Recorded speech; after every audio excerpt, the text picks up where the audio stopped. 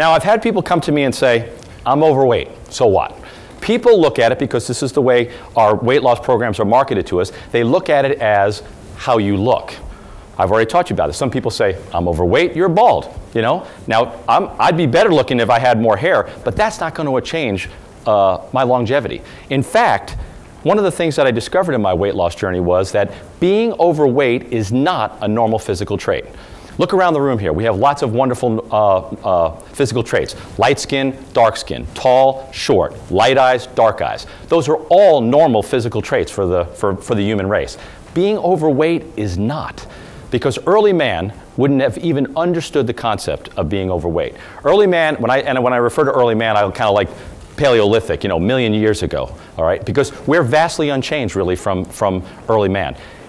He wouldn't have understood. He worked so hard just to stay fed that there was no way he could get overweight. And think about it, only organic food for early man, right?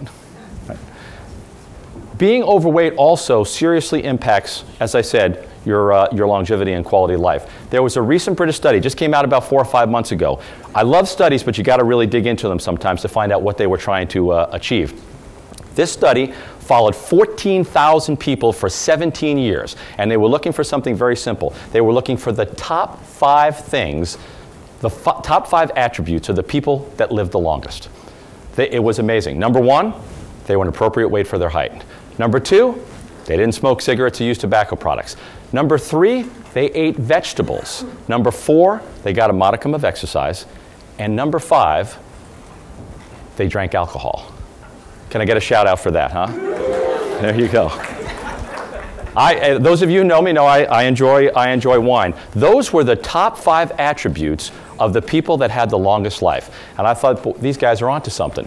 Just last summer in Money Magazine, in the very front cover, the editor basically said that for a couple in their mid-60s retiring in America today, they need $265,000 saved just to cover out-of-pocket medical costs, insurance premiums, prescription drugs, and the like. How many of us here have got $265,000 saved for medical stuff in retirement? Not me. Wow. I also went to a course last year and I met a guy named David Rabich. He keeps the government's checkbook. Can you imagine? He's an SES. And he told me that the projected Medicare cost over the next 30 years are $44 trillion in America. $44 trillion. He also said, we don't even put it in the checkbook because it's totally unaffordable. That's the world that not only our children are inheriting, but the world that you and I are going to retire into.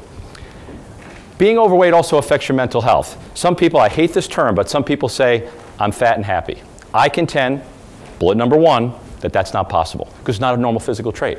You'll also be discriminated against. And if you look to your children, high school, I've got 2 boys in high school right now. High school's tough enough on young kids without being overweight. My older son, you saw Big Ed there, when I talk and tell him to do things, wop, wop, wop, wop, that's what he hears. He doesn't listen, but he watches my actions. He watches, his nutrition has changed tremendously over the last 5 years as I went through my weight loss journey.